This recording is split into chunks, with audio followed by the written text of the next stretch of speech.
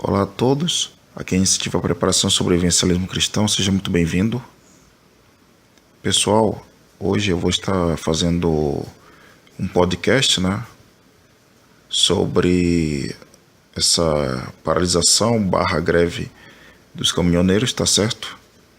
Eu esperei todos esses dias para começar a falar a respeito dessa greve ou paralisação, enfim, o nome que você quiser dar, porque eu queria ver o desenrolar da carruagem, como se diz por aí.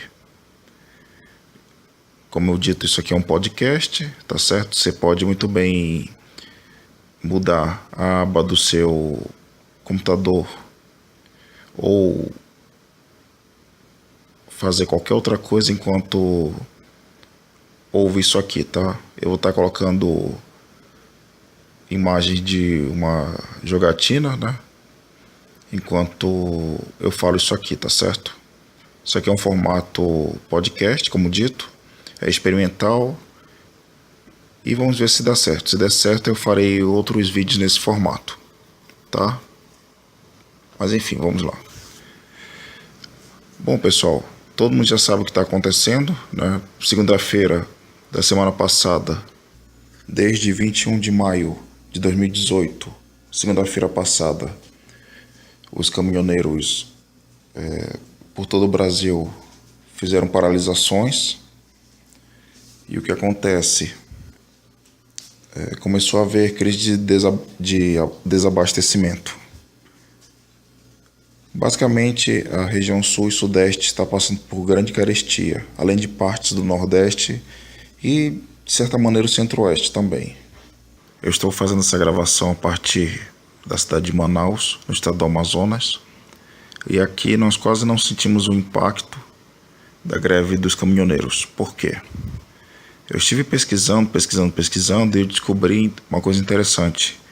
No sul e no sudeste, a maior parte do que é produzido no país, seja gêneros alimentícios ou indústria de transformação, remédios, medicamentos, enfim, vocês entenderam o que eu quis dizer. A maior parte do que é produzido no país é produzido no sul e no sudeste. Então o que acontece? Lá, nessas regiões, ocorre uma coisa chamada just in time, que uma tradução literal quer dizer na hora certa ou na hora. O Júlio Lobo, do Sobrevivencialismo, junto com o Ébano, gravaram um vídeo falando sobre como é que estava a situação de Florianópolis, com a greve dos caminhoneiros. Inclusive vou estar deixando esse vídeo aqui embaixo na descrição, tá?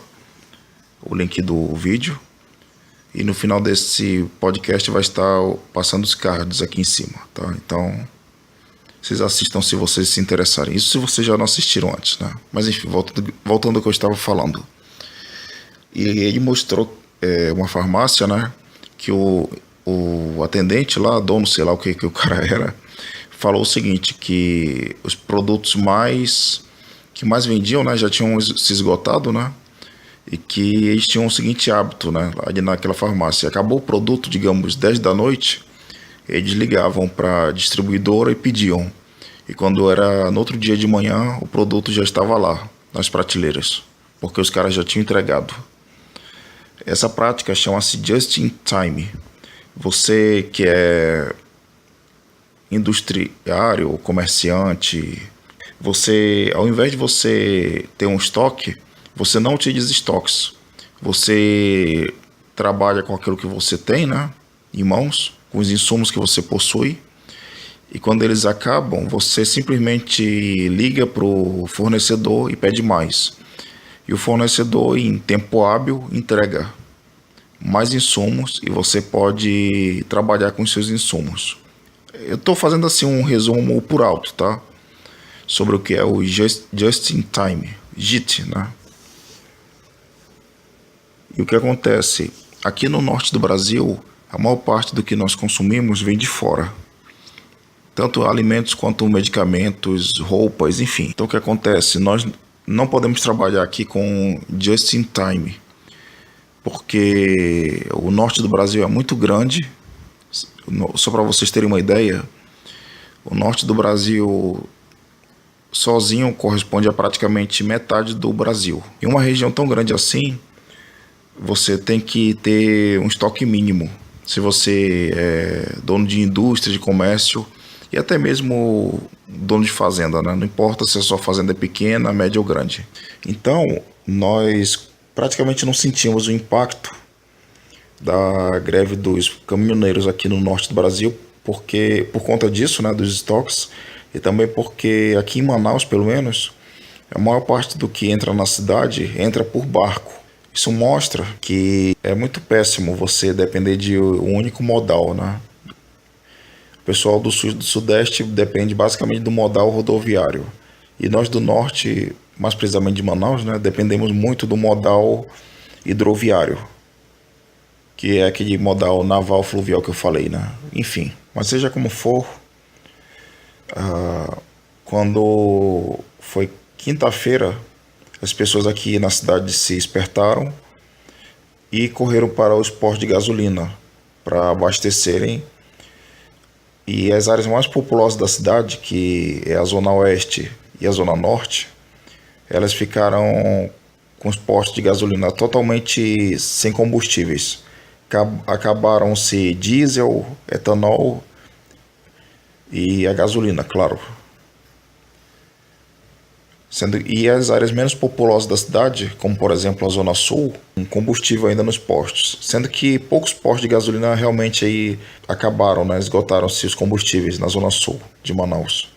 Mas ainda assim você encontrava com relativa facilidade esses postos, né? Com combustíveis.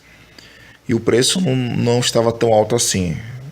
Teve um posto só na Zona Sul que o litro da gasolina foi para R$ 8, mas os outros estavam com preços entre 5 e pouco, R$ 5 mais ou menos, enfim, né?